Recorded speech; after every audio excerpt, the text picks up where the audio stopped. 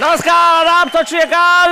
मैं हूं आपका दोस्त, आपका होस्ट तारक मेहता। एक बार फिर से हम लौट आए हैं आपके पूरे हफ्ते की थकान मिटाने के लिए, आपके लिए खूब सारी हंसी जुटाने के लिए, एक ऐसे शो के साथ जिसको देखकर देश में हर आदमी एक ही बात कहता है, वाह वाह क्या बात है।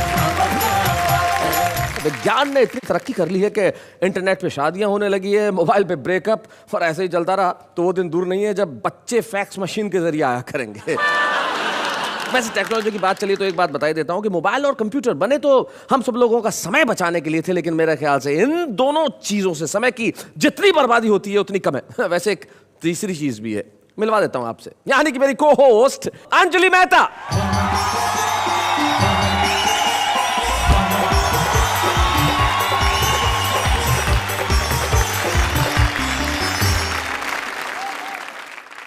कहाँ रह गई आज?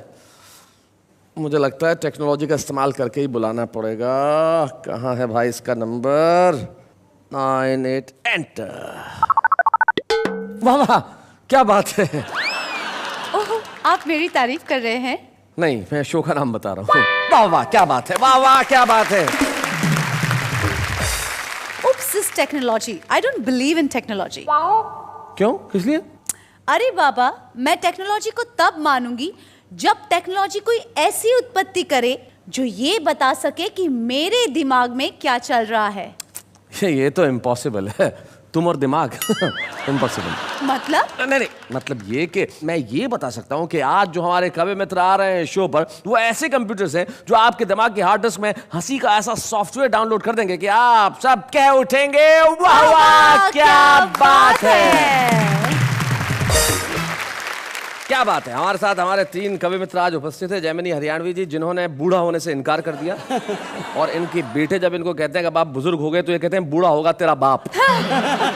वेद प्रकाश वेद, जो बड़े कमाल के व्यंगकार हैं, और उसके बाद ये जो आइटम यहाँ उपस्थित है। भारत में 1951 के बाद रंगीन फिल्में बनना शुरू हुई। ये उसके पहले का श्वेत श्याम चलचित्र है, लेकिन रंगीन फिल्में जब बनी तो रंगीन फिल्मों ने कलर तो बदल दिया लेकिन मज़ा देना बंद कर दिया, और ब्लैक एंड वाइट में भले रंग नहीं होता था लेकिन मज़ा बहुत होता था। ऐसे ही डॉक्टर सुरेंद्र दुबे हमारे बीच में, तीनों ही कवि उपस्थित हैं, हम स्वागत करते हैं। आप अगर तीनों को जरा गौर से देखें तो सुरेंद्र दुबे और जैमिनी हरियाणवी क्या कलरफुल कुर्ते पहन के आए हैं, लेकिन हमारा विषय तो तकनीक है, टेक्नोलॉजी है, और टेक्नोलॉजी का आधुनिकता का सही साथ सिर्फ वेद प्रकाश ने निभाया है, क्योंकि वो टाई पहन के आया है। इसलिए इसका हक बनता है कि वो सबसे पहले यहाँ उठ के आए, लोगों को अपना टाई और कोट भी दिखाए, और आके जरा एक जोरदार कविता सुनाए। वेद प्रकाश वेद।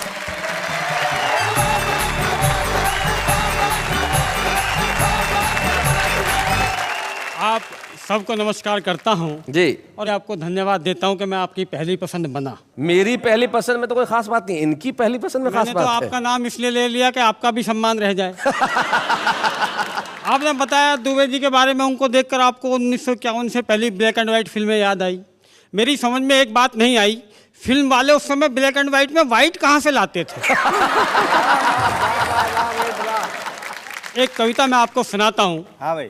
और कविता का शीर्षक है मल्लिका जी स्वर्ग में। क्या बात है, मल्लिका जी स्वर्ग जी, में। जी, टेक्नोलॉजी की बातें हो रही हैं तो मैं आपको बता दूं, स्वर्ग एक ऐसी चीज़ है जहां साइंस भी किसी को जाने से नहीं रोक सकती जी। उसकी भी लिमिटेशन है, वो भी बस आने वाले को ही रोक सकती है।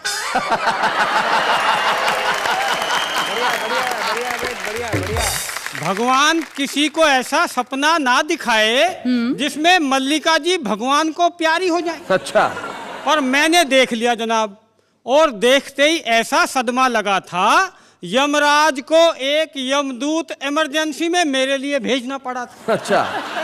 कवियों का हीरोइनों पर मरने का यह पहला प्रयास नहीं था। अच्छा। मैं तो इस मामले में 20वें नंबर पर खड़ा था, पर मरकर एक बात मेरी समझ में आ गई, मधुबाला के मरने के बाद जैमिनी हरियाणवी जी को अटैक क्यों पड़ा था। इन्हें तो डॉक्टरों ने बचा लिया, इसलिए आज तक डॉक्टरों को कोसते हैं। अरे हत्यारों, मधुबाला ऊपर चली गई और तुमने मुझे नीचे ही रोक लिया। एक डॉक्टर बोला, जैमिनी जी अगर ऊपर जाकर भी आपको मधुबाला नहीं मिलती तो आपका दिल नहीं टूटता। जैमिनी जी बोले, घर में जो ललिता पवार बैठी है उससे तो पीछा छूटता।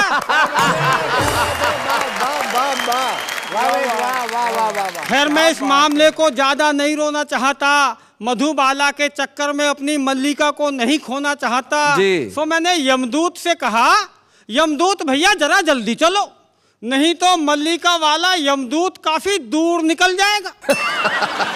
सुनकर वह रोने लगा। मैंने कारण पूछा तो बोला, अपने मुकद्दर को रो रहा हूँ। एक यमदूत वो जो मल्लिका को कांधे पर बिठा कर ले गया होगा, एक मैं जो तुम्हें ढो रहा हूँ। खैर किसी तरह यमपुरी आई जी। तो पता लगा वहां भी हाहाकार था। अच्छा, वो यमदूत मल्लिका को लेकर फरार था। यमराज की सारी टीम माथे पे हाथ धरी बैठी थी, सबकी नानी मरी बैठी थी।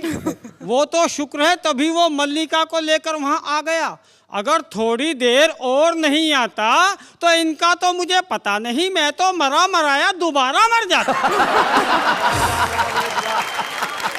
बहुत अच्छे। यमराज ने पूछा, अरे मूर्ख इतना समय कहाँ लगाया? यमदूत ने बताया, इनका मन बहला रहा था, इन्हें घुमा फिरा टहला रहा था। यमदूत के मल्लिका को घुमाने पर यमराज अंदर ही अंदर जला। अच्छा, आज उसे पहली बार अपना यमदूत न होकर यमराज होना खला। अच्छा, फिर झेप मिटाते हुए मल्लिका से बोला, फील मत करना मल्लिके।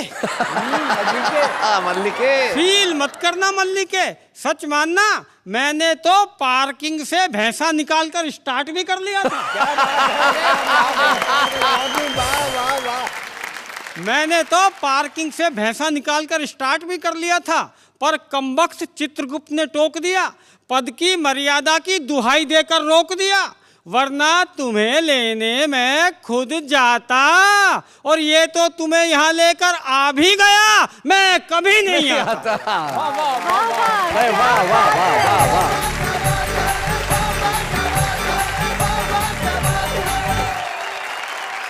वेद प्रकाश, आपने अपनी कविता में कुछ कमाल की बातें की। ये टेक्नोलॉजी का ही कमाल है कि भैंसा भी स्टार्ट हो सकता है।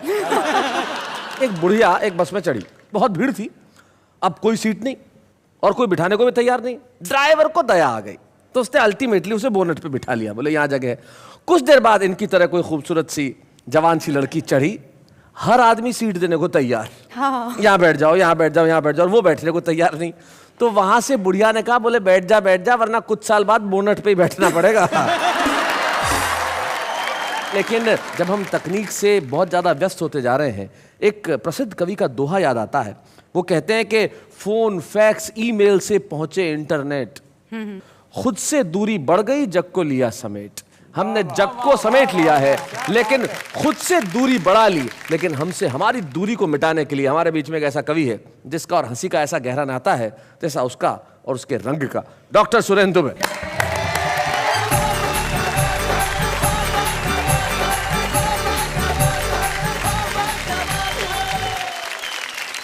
टेक्नोलॉजी की जब बात चलती है, लादेन मरा तो मैं बहुत टेंशन में आ गया। जी, ये लादेन मरा कैसे? हाँ, मैंने आपको टेलीफोन लगाया, आपको याद होगा? याद है, मुझे याद है। शैलेश भाई ने बताया कि ओबामा के पास सैटेलाइट है, वो अमेरिका में बैठे बैठे देख सकता है किस देश के, किस शहर के, किस गांव के, किस घर के, किस कमरे में कौन आदमी क्या कर रहा है। तब से ना मैं नहा सक रहा हूँ। बहुत अच्छे। यहाँ स्नान करे गरीब सुदामा और वहाँ हुस्न का दीदार करे ओबामा। जब ओबामा हिंदुस्तान आए तो वो हिंदुस्तान आए क्यों? वो आए थे उत्तराधिकारी की तलाश में। हाँ। उन्होंने बिल्कुल नहीं की देरी, मुझको रायपुर फोन किया और कहा, मिस्टर ब्लैकबेरी अब अमेरिका की जिम्मेदारी तेरी।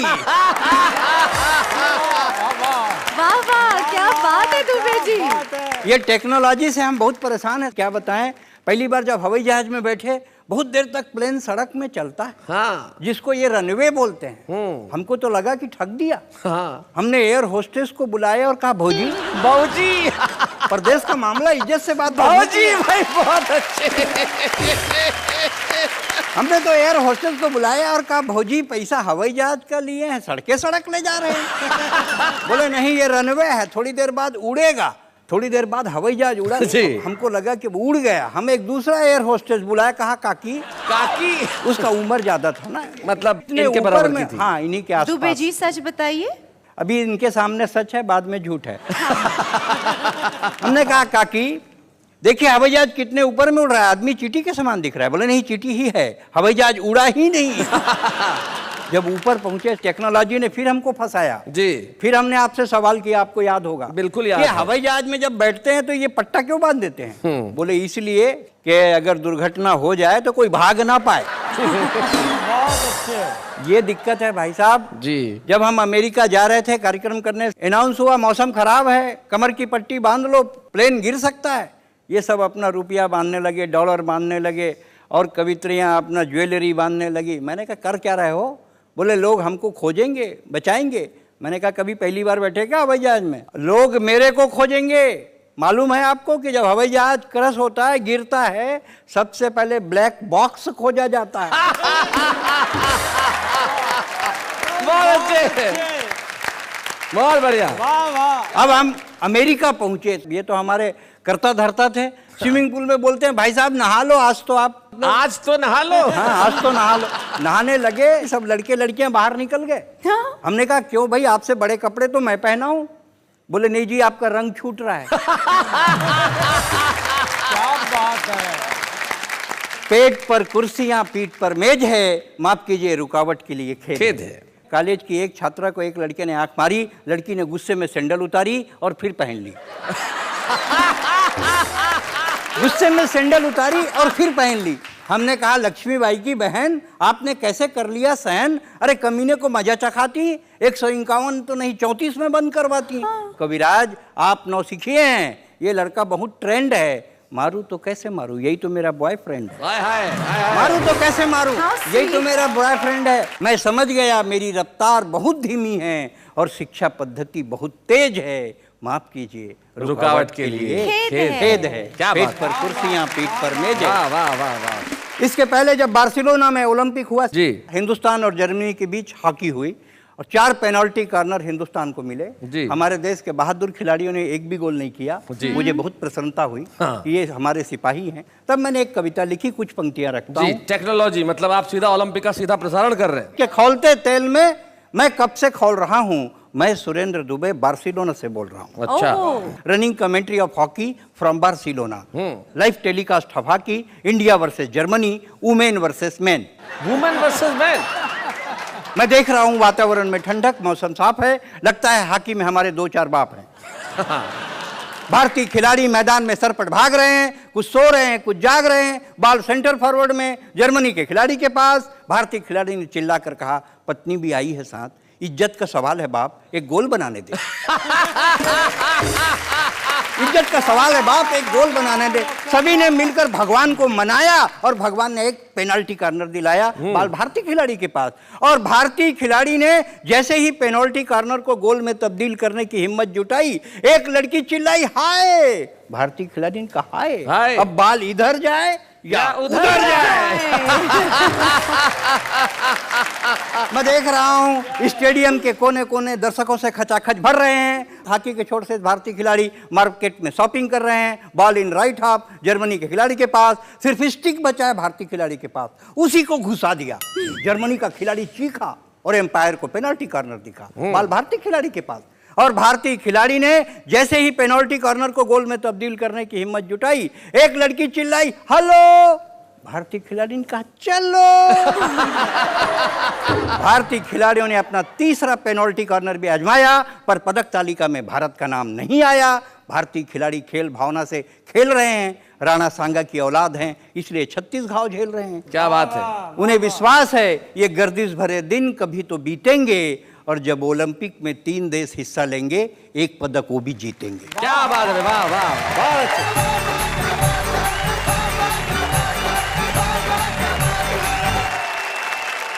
भाई बहुत बढ़िया डॉक्टर सुरेंद्र दुबे, जो आप हमारी हॉकी की स्थितियां बता रहे थे, और सचमुच हॉकी की स्थिति ऐसी हो ही गई है। शरद जोशी जी मुझे अचानक याद आए, भारतीय खिलाड़ियों के लिए वो कहते थे कि हमारा खिलाड़ी ओलंपिक में जाता है और हार के आता है। क्या बात। और जब हॉकी में गोल करने का जब भी मौका आता है, हमारा खिलाड़ी सामने वाले खिलाड़ी को झुक के नखलवी अंदाज में कहता है, पहले आप। एक बात बताइए जी। कोई ऐसी मशीन बनी है जिसके पास सारे सवालों के जवाब हो? हाँ, अरे ऐसी मशीन तो जब से दुनिया बनी है तब से हाजिर है। क्या बात है? जी, ऐसी मशीन जो हर सवाल का जवाब देना जानती है, उसे पत्नी कहते हैं। That's very funny. It's not funny, it's truth. जिंदगी में कुछ सच ऐसे होते हैं जो कभी बदलते नहीं है। जैसे उम्र, उसका बढ़ना लाजमी है, लेकिन उम्र बढ़े तो ये जरूरी नहीं कि आदमी शिथिल हो जाए। कुछ लोग ऐसे होते हैं कि जैसे जैसे उम्र बढ़ती है वैसे वैसे उनकी मस्ती बढ़ती चली जाती है। एक ऐसे ही कवि हमारे बीच में है, हमारे साथ हैं, हमारे बड़े ही आदरणीय और हम सबके फादरणीय जैमिनी हरियाणवी।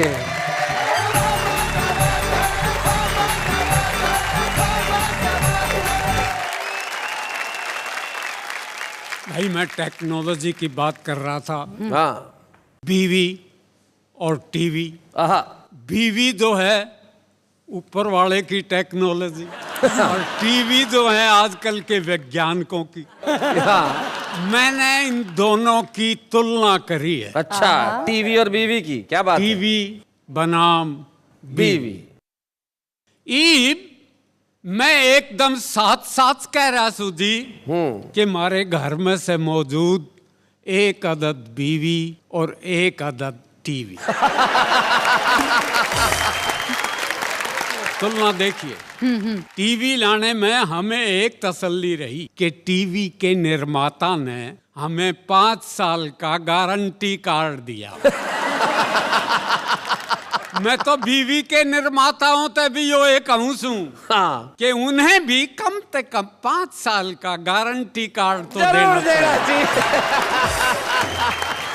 कि अगर यो ठीक नहीं चल रहे तो वापिस कर जाइयो। हाँ। दूसरा पीस ले ले जाइयो। जाइयो। और तुलना देखिए कि शुरू में हमारी बीवी थी रंगीन, हाँ, लेकिन टीवी था ब्लैक एंड व्हाइट।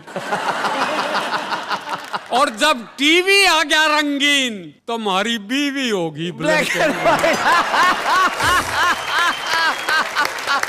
शुरू में दोनों ने प्रोग्राम दिए बहुत अच्छे। दोनों ने प्रोग्राम दिए बहुत अच्छे।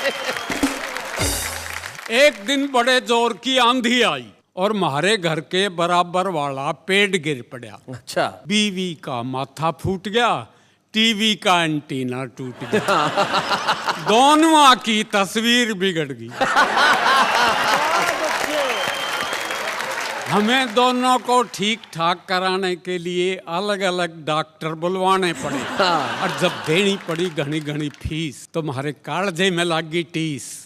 और हम ऊपर हाथ उठा के बोले, जगदीश हमारी सहायता ने आ और इन दोनों के खर्चे ते बचा। क्या बात है, वाह वाह वाह वाह वाह।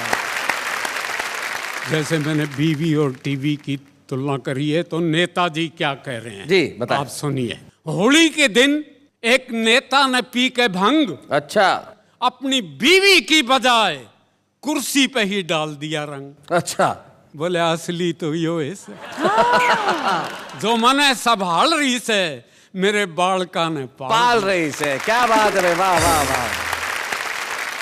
जैमिनी जी, अब आप तो सारी उम्र शिक्षक रहे हैं, तो शिक्षकों की आदतों के बारे में कुछ बताइए। आदत तो तेरी भी है जी। बहू कितना ही बुरा खाना बना दे यूं कहेगा वाह वाह क्या बात है। तो आदत होती है एक अध्यापक की आदत पर। जी। एक अध्यापक की हुई शादी तो सुहाग रात ने दुल्हन का घूंघट उठाते ही अपनी आदत के अनुसार प्रश्न की जड़ी लगा दी। तेरा नाम? हाँ चंपा से है चमेली। हाँ। कौन कौन सी थी तेरी सहेली? हाँ। और ईद तक की देखी हुई फिल्मा के नाम गिना। कौन कौन सी फिल्म किस किस के साथ देखी जोड़े बना। अब सुनते ही ये ढेर सारे सवाल बेचारी दुल्हन का हो गया बुरा हाल। अपनी आदत के अनुसार उसका हौसला बढ़ाते हुए, उसकी कमर थपथपाते हुए अध्यापक बोला, घबरा मत, हिम्मत से काम ले, किन्हीं 5 प्रश्न का उत्तर दे। और भाई अब मैं शादी के ऊपर एक गजल सुनाना चाहता हूँ। जी, गजल के कुछ शेर सुनाए। शादी 2 महाकाव्यों को आपस में जोड़ती है, पिरोती है। हाँ, शादी से पहले रामायण और बाद में महाभारत होती। ब्याह तय गड़बड़ी हो गई, खाट मेरी खड़ी हो गई, ढोर कंगने की ऐसी बंधी, हाय रे हथकड़ी हो गई। क्या बात है, बहुत अच्छे। हम कहें हम तो सूली चढ़े, हम कहें हम तो सूली चढ़े, वो कहें घुड़ चढ़ी हो गई। क्या बात है, बहुत अच्छे जी। ऐसी वरमाला पहरी के इब आंसुओं की लड़ी हो। क्या बात है, वाह वाह वाह। 15-20 साल के बाद दिन में तारे दिखाई दिए, आंख कितनी बड़ी हो गई। क्या बात है। शक्ल पे 12 बजने लगे, शक्ल पे 12 बजने लगे, शक्ल मेरी घड़ी घड़ी हो गई। क्या बात है।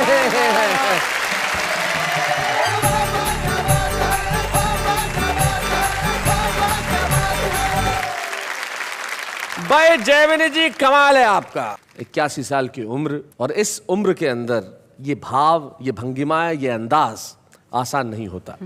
वैसे जयमिनी जी बड़े हाजिर जवाब है। एक बार एक बस में कहीं चढ़ रहे थे, एक 75 साल की बुढ़िया भी चढ़ी, तो उन्होंने इनको कहा कि ताऊ कहाँ जा रहे हो। अब 75 साल की बुढ़िया ने कहा कि ताऊ कहाँ जा रहे हो। ये तो जयमिनी जी बोले, बेटी तेरी खातिर लड़का देखने जाता हूँ। तो ये है जयमिनी हरियाणवी। भाई इनकी मस्ती को, इनकी ऊर्जा को और इनके इस उल्लास को हम मिलकर एक बार प्रणाम करते हैं। भाई क्या बात है। जयमिनी जी, ये तालियां सिर्फ आपकी कविता के प्रति प्रशंसा का भाव ही नहीं है, ये वो श्रद्धा है जो हम सबके भीतर आपके लिए है। आप जीवन के हर दिन को उत्सव मानते हैं, और जब ऐसा व्यक्ति इतने वर्षों से हिंदी कविता और हास्य के लिए इतने सालों से काम कर रहे हो, ऐसे श्री जयमिनी हरियाणवी जी का हम जोरदार करतल ध्वनि के साथ वाह वाह क्या बात है के मंच पे सम्मान करते हैं।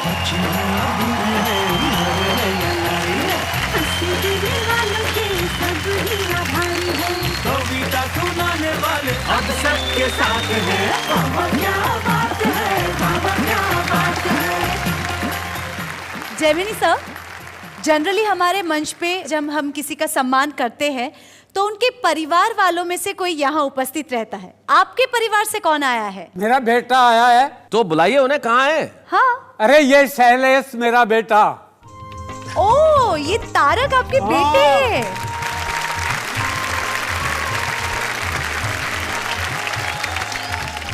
सबसे पहले तो बहुत बहुत धन्यवाद देना चाहूँगा इस बात के लिए कि जयमिनी जी मुझे पुत्र स्वरूप मानते हैं, मुझे पुत्र मानते हैं। ये एक ऐसा हमारा अटूट रिश्ता है। मैं चाहता हूँ कि जयमिनी जी शतायु हों, और आज 81 वर्ष की उम्र में जिस तरह हमने इनका सम्मान किया है, जब ये 100 वर्ष के हों तब भी हम वाह वाह क्या बात है कि मंच पे इन्हें बुलाएं, इनसे कविताएं सुने और इनका सम्मान करें। ऐसा ही होगा। क्या बात है। एक मकबूल शायर का सिर्फ एक शेर मुझे याद आता है। वो कहते हैं कि हम सायादार पेड़ जमाने के काम आए, सूखने लगे तो जलाने के काम आए। आज इस मंच पे सिर्फ जयमिनी हरियाणवी का ही नहीं, जिस तरह इन्होंने मुझे अपना पुत्र कहा है, मेरा भी हुआ है सम्मान। हम लेते हैं एक अल्प विराम।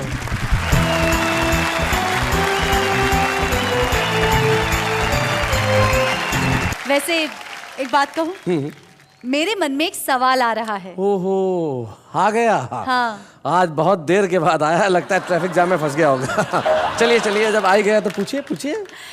मैं ये पूछना चाहती हूँ जी। महोदय, और आपसे भी, जी।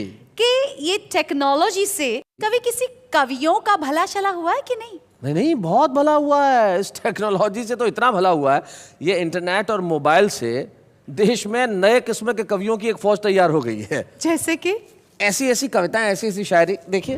जिंदगी बेहाल है, सुर है ना ताल है, मैसेज बॉक्स भी कंगाल है, क्या आपकी एसएमएस की फैक्ट्री में हड़ताल है? यार कुछ तो भेजो, ये मेरी मोबाइल की जिंदगी का सवाल है। तुम कल आना, पाउडर लगा के आना, पाउडर नहीं मिला तो आटा लगा के आना। जिस तरह आबाद का ऑपोजिट बर्बादी है, ठीक उसी तरह प्यार का ऑपोजिट शादी है। डैडी को किया था वादा, बनूंगी मैं टॉपर, पर देखो नाम आ गया मेरा ब्लैकलिस्ट में सबसे ऊपर। रोओगे तो हंसाएंगे, रूठोगे तो मनाएंगे। हम 3 इडियट्स के रांचो हैं, गजनी के संजय नहीं, जो 15 मिनट में भूल जाएंगे।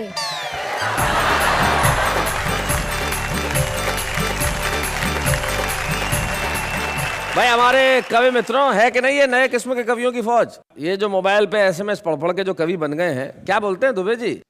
2-2 लाइन की कहीं से भी उठाए और कहीं भी घुसाए।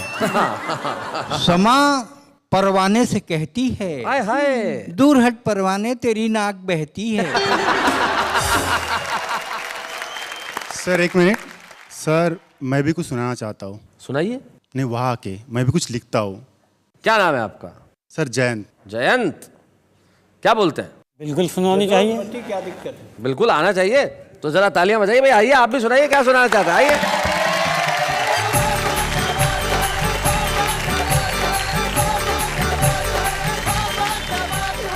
स्वागत है आपका इस मंच पे। सबसे पहले तो मैं आपको बधाई देना चाहता हूं कि देखिए आपने इच्छा प्रकट की और आप कविता पढ़ने के लिए यहाँ आ गए। जयंत, कहाँ रहते हैं आप जयंत? सर मैं मुंबई में रहता हूँ। मुंबई में रहते हैं, क्या बात है। और हिंदी में कविताएं लिखते हैं? हाँ सर, मेरी मदर टंग तो मराठी है जी, लेकिन मैं लिखता हूँ हिंदी में। क्या बात है। यही इस देश की सबसे बड़ी विशेषता है, ये जो भाषाएं हमें जोड़ने का काम करती है, जिसका एक उदाहरण आप हैं। आपसे अनुरोध करता हूं कि आइए कविता सुनाइए। कविता सुनाने के पहले मैं कुछ बताना चाहता हूँ कि मुंबई में लोकल ट्रेन तो काफ़ी मशहूर है जी। तो जब लोकल ट्रेन में एक अनाउंसमेंट होती है अगले स्टेशन के बारे में, अगर अगला स्टेशन दादर है तो 3 भाषाओं में अनाउंसमेंट होती है, जैसे कि पुडील स्टेशन दादर, अगला station Dadar, next station Dadar. Hindi, Marathi, English तीनों में अनाउंसमेंट तीनों भाषाओं में ये होता जी। है। तो कविता का शीर्षक है पुडील स्टेशन प्यार, अगला स्टेशन प्यार, नेक्स्ट स्टेशन प्यार। प्रवासी कृपया ध्यान दें, अब तो 4 महीने पहले ही आप रेल का टिकट कटा सकते हैं, नहीं तो 100 रुपए देकर टीसी को भी पटा सकते हैं। बहुत अच्छे। 100 रुपए देकर टीसी को भी पटा सकते हैं, लेकिन अब तक न हमें कोई पटी, जिंदगी प्रतीक्षालय में कटी। हम तो कभी वेटिंग लिस्ट, कभी आरएसी, तो हमारे आगे लंबी सी कतार है। अपना तो बस पुडील स्टेशन प्यार, अगला स्टेशन प्यार, नेक्स्ट स्टेशन प्यार। भाई वाह वाह वाह वाह वाह। तो शैलेश जी जी, फास्ट लोकल छोड़ के हम जानबूझकर स्लो लोकल में सटकते हैं। जी, विंडो सीट होते हुए भी दरवाजे पे लटकते हैं। क्या बात है। लेडीज डिब्बे की तरफ नैन हमारे मटकते हैं, सीआरपीएफ की आंखों में हम वो खटकते हैं। लेडीज डिब्बे की तरफ नैन हमारे मटकते हैं, सीआरपीएफ की आंखों में हम बहुत खटकते हैं। पटरी तो क्रॉस ने की, फिर क्यों भरे हम फाइन? अरे भाई बख्शीश भी दूंगा, लेकिन पहले क्लियर तो होने दे लाइन। अरे भाई हमें तो बस एक ग्रीन सिग्नल का इंतजार है। अपना तो बस पुडील स्टेशन प्यार, अगला स्टेशन प्यार, नेक्स्ट स्टेशन प्यार। Very well effort, good. आगे की जो पंक्तियां है ये आज की जनरेशन के लिए है, आपके लिए भी। आपके लिए भी है, मतलब आज की जनरेशन के लिए तो है, आपके लिए भी है। बिना अनाउंसमेंट के 2 ट्रेन एक ही पटरी पे चली आती है जी। प्लेटफॉर्म नंबर 4 की गाड़ी प्लेटफॉर्म नंबर 3 पे चली जाती है। जी। लेकिन हमारा प्लेटफॉर्म तो बरसों से खाली पड़ा है। गरम मसाला चाय वाला कब से केटली लेके खड़ा है। लेकिन उसे पता है, इज वेरी ऑप्टिमिस्टिक। या लेकिन उसे पता है अंधेरी स्टेशन पे ट्रेन रुकी नहीं तो कोई बात नहीं, अंतिम स्टेशन तो विरार है। अपना तो बस पुडील स्टेशन प्यार, अगला स्टेशन प्यार, नेक्स्ट स्टेशन प्यार।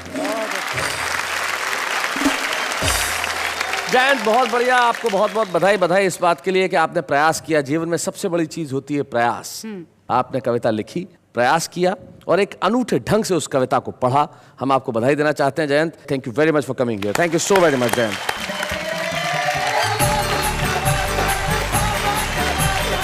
तो हाजिर है हम आपको गुदगुदाने के लिए, हंसाने के लिए और ये कहने के लिए कि वाह वाह क्या बात है। जलेशी जी क्या बात है? यही तो बात है कि क्या बात है। देश का हर आदमी एक दूसरे से पूछ रहा है कि क्या बात है। और जब एक आदमी पूछता है इन दिनों कि क्या बात है तो वो कहता है वाह वाह क्या बात है। हाँ तो बताइए कहाँ है हमारे छुपे रुस्तम साहब? हमारे जो छुपे रुस्तम हैं वो बड़े रस भरे हैं, क्योंकि ये भगवान भी है, मकरंद भी है, इनके पास कविता भी है और छंद भी है। तो लेके आते हैं हम हमारे छुपे रुस्तम भगवान मकरंद को।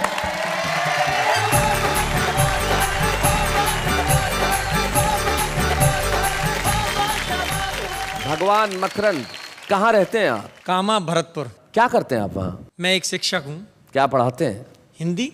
हिंदी पढ़ाते हैं भाई, वाह। और हिंदी में कविताएं करते हैं। तो आपका स्वागत है हमारे इस छुपे रुस्तम में। सुना है मैं अभी साहब इस कार्यक्रम में अपनी कविता पढ़ने के लिए आ रहा था जी। गांव का रहने वाला हूँ, तो मेरी पत्नी जिद बढ़ गई कि नहीं जी मैं भी आपके साथ चलूंगी।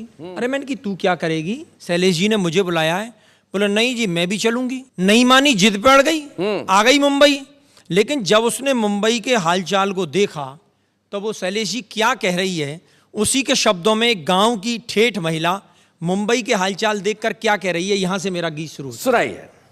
निराले हैं मुंबई के खेल, और सड़क पर मच रही रेलम पेल, और कुचल के मैं मर जाऊंगी, भूले से भी कभी न अब मुंबई को आऊंगी। निराले हैं मुंबई के खेल। और क्या हाल बता रही है मुंबई के जी, कि सब कुछ खुल्लम खुल्ला, औरत के सिर पर ना पल्ला, और लल्ला दिया गोद आया के खिला रही है पिल्ला। पकड़ के एक दूजे का हाथ, और जा रही जाने किसके साथ, न ऐसी मैं बन पाऊंगी, घुंघटा उठा जुहू पे फोटो ना खिंचवाऊंगी। निराले हैं मुंबई के खेल। और क्या बता रही है साहब निराला मुंबई का, कि लड़का लड़की डाल हाथ में हाथ दिखाए तन को जी, और बूढ़े बड़े कोई ना रोके, कोई न टोके इनको। आज जो मिले तो हो गया प्यार, और कल जो मिले हुई तकरार, और करें छुप छुप के झूठा प्यार। अरे जो खुल जावे पोल, जेब में है राखी तैयार। निराले मुंबई के खेल। और क्या कह रही है साहब मुंबई में आके, कि एक से ऊपर एक बनाए हैं मकान बादल में, एक के ऊपर एक बादल में बनाए हैं मकान बादल में, और कैसे रहूं बिना पड़ोसिन, है जाऊं पागल में। कोई ना किसी से बतराए, न मन की सुने न सुनाए, अरे बाल किससे गुथवाऊंगी। क्या बात है भाई, वाह वाह। और इससे भी बड़ी बात आ रही है शैलेश जी, देखना एक गांव की महिला क्या कहना चाह रही है, कि बाल किससे गुथवाऊंगी, और नाम पिया को हाथ पे यहाँ कैसे गुदवाऊंगी। मुंबई के खेल। क्या बात है, वाह वाह। और शैलेश जी आप टेक्नोलॉजी की बात कर रहे थे बहुत देर से, तो मेरा भी मन है कि इस जो टेक्नोलॉजी है आज की मॉडर्न टेक्नोलॉजी, इस पे कुछ बात कहना चाहता हूं। सुना है। आप तो कह रहे थे टेक्नोलॉजी टेक्नोलॉजी, लेकिन साहब ये टेक्नोलॉजी बीमारी है। देखें क्या बीमारी है, कि लगी नई नई बीमारी, आई है आफत भारी, कैसे छुड़ाएं पीछा यार हम। क्या बीमारी है कि मोबाइल के बिना अधूरा इंसान, दिन रात बात कान हुए हैरान। मोबाइल ने किए हैं बर्बाद हम, सुबह डलवाए पैसे शाम को खत्म। चाहे जहां कर दे हल्ला, लगा रहे संग पुछल्ला, अरे कैसे छुड़ाएं पीछा यार हम। क्या बात है। लगी नई नई बीमारी, आई है आफत भारी, कैसे छुड़ाएं पीछा यार हम। और एक और बिल्कुल मॉडर्न टेक्नोलॉजी जी, का कंप्यूटर करे आदमी का सब काम, धरती पे आदमी का रहा बस नाम। वाह वाह वाह। कंप्यूटर पे ही लड़का लड़की करे प्यार, कंप्यूटर पे ही लड़की चुने भरता। अरे बिना कंप्यूटर भैया पार हो कैसे नैया, कैसे छुड़ाएं पीछा यार हम। क्या बात है भाई, वाह वाह वाह भाई, बहुत बढ़िया। भगवान मकरंद, आज आपको सुन के वाह वाह क्या बात है, बहुत खुश है। और आज हम चाहते हैं एक प्रोत्साहन के रूप में हम आपको एक कलम यहाँ प्रदान करें। क्या बात। जोरदार तालियां भगवान मकरंद के लिए।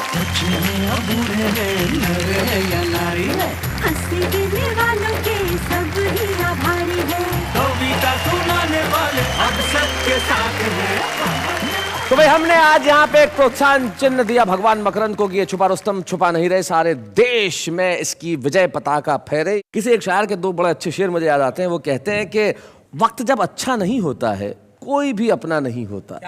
वक्त जब अच्छा नहीं होता कोई भी अपना नहीं होता, और साथ है जिसके तसव्वुर तेरा वो कभी तन्हा नहीं होता। तो इनके साथ तो हमेशा तसव्वुर बना रहेगा कविताओं का और उस कार्यक्रम का जिसका नाम है वाह वाह क्या बात है।